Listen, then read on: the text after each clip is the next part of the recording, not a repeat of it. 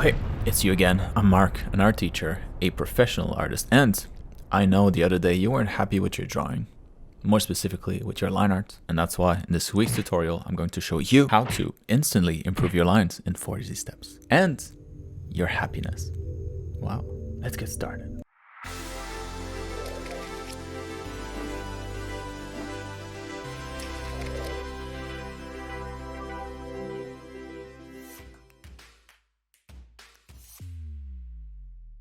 Alright, today we're tackling something everyone watching will be able to try and apply, both digital and traditional artists. Wow, I'm going to show you 4 things that you should do to your lines or keep in mind when drawing to instantly improve the overall quality of your line arts, which is something, by the way, that nearly all of my own students ask about at the beginning of their art journey. So I'm guessing a lot of you had that question too. We're aiming for clean, professional looking lines. Who isn't? And if you follow the video, that's exactly what you're gonna get. It's actually pretty easy to execute, you just gotta know how. Let's get right into it. Well, the 4 different things that I'm talking about here are line confidence, line thickness, line color, and line suggestion. Now, some of these might make some sense already, but it all definitely needs a little bit more explaining. So let's get started with the first one here, line confidence. This one will probably be the quickest because it's the most obvious and the easier one to fix. But basically what we're trying to do is get rid of hairy lines. What are hairy lines? This is it. It's when instead of using a single brush stroke to trace a line, you use multiple ones because of a lack of confidence. Maybe your tablet's kind of bad and it's all jiggly when you do it, so you need to go like a little bit faster. Or more often than not, it's just a lack of dexterity, and that's something that you can practice. And one way to practice it, one way to be able to get those nice clean lines that look uninterrupted, you just gotta start using the Control-Z more, or use your eraser a little bit more. I'm sure everybody will agree, this looks nicer than these, and you can imagine an entire drawing done using those kinds of lines, shaky, hairy lines, versus one that's done like this. It's going to make a big difference. So this one, in my opinion, is the easiest one to fix and also the one that will have the biggest impact on the overall quality of your line art. So yeah, the idea is just to practice using fewer and fewer lines. At the beginning, it's a little bit uncomfortable, especially if the confidence isn't there, but you just gotta fake it until you make it. Or in this case, always try to go confident, and if you make a mistake, Control-Z. Undo. Try again, undo, until you get it right. As you practice more and more, your use of Control-Z will go down. You'll have to do it less often. And there's 2 quick tricks that you can try. One is to go faster. So instead of tracing slow lines, try to go a little faster. If you fail, no big deal, Control-Z. And the other one, use your elbow. If you use your wrist, you can use your wrist for small details,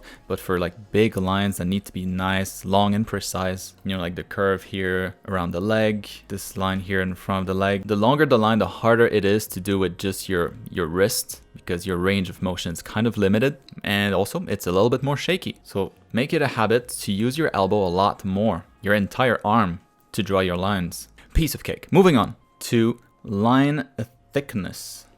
Oh boy, what do we have here? All right, when it comes to line thickness, there's a little bit more to think about here compared to the other points, but the first thing would be for convergent lines. So whenever you have lines here that converge, or perpendicular lines, or lines like these, it's always really nice to fatten it up at the base here before it connects to the other line. Or if you have a bunch of lines going in the same direction like this, well, where they merge, same thing again, fatten up the lines just a little bit. I think we can see the difference here pretty clearly. On one side here we have like boring straight lines, and on the other side here we have lines that have a lot more character. The next one will have to do with details. Usually you'll always want to use a finer lines for details and keep the bolder lines for your outlines. So here I think we have a good example. The outline of this sphere here, significantly thicker than what's on the inside, but as a result, we're able to read the details, kind of nicely. Whereas the other example here, where everything is kind of the same thickness,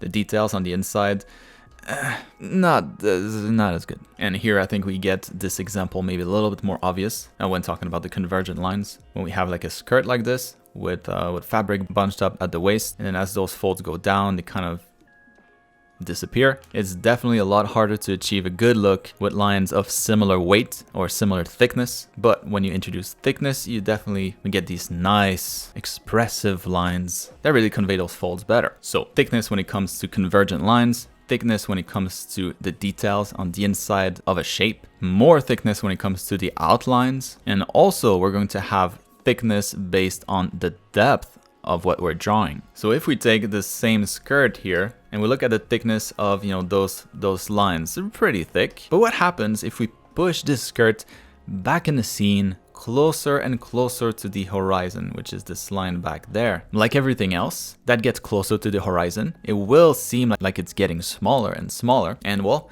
guess what happens to the thickness of the line? It also gets smaller and smaller with distance. So if you want something to look closer, make the outlines bolder. If you want something to look very, very far in a distance, make your outlines much finer. There's actually another case that you could use thickness for, and that would be to represent shadows. So of course, we're not going to be shading anything in here. We're just focusing on the lines, but the line itself can suggest the presence or the absence of light. If we look at the same ball here, if I were to ask you where the light is coming from the top or from below, where would you guess? The top, right?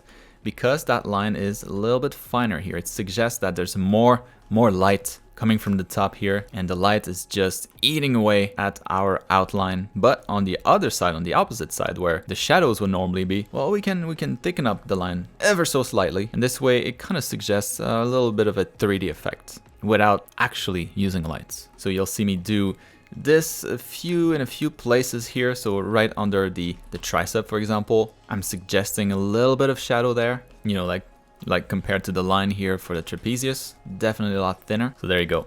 Point number 3, the color.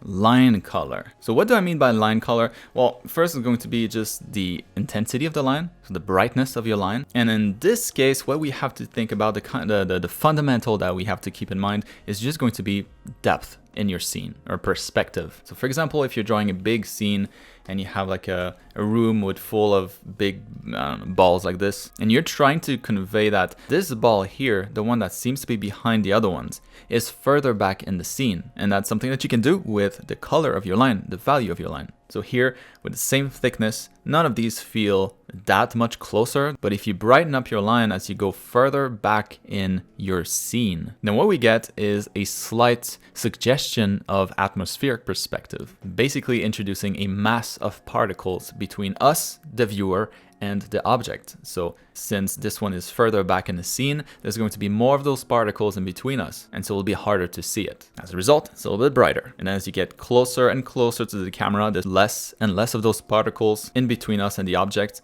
and so the objects become clearer and clearer. All right, and then back to colors. Like I was saying, beyond just changing the values of your lines, you can also change the color, the actual colors. So if you're painting skin, sometimes, you know, it might not look as good with just a black outline, and so it's completely fine to tint your lines just a little bit. Tint them the color of the thing that you're drawing. If it's skin, tint it the skin color. And now, moving on to the last point, line suggestion. Now this one I think is very obvious if we look at this example down here. What happens if you have soft edges like this? You know, like let's say this is like an ottoman or something like that, like a little chair. How do you present a curved surface and still indicate the volumes? Because if we don't have any lines like this, it's a little bit confusing what's going on in here. It could be many different things, but an easy way to give your shapes a little bit of volume is to suggest the volume with lines. In this case, just adding a couple of lines, you know, past the curve where everything becomes straight again. Some other times it will be for like a fold, you know, let's say you start with a nice, bold, obvious fold,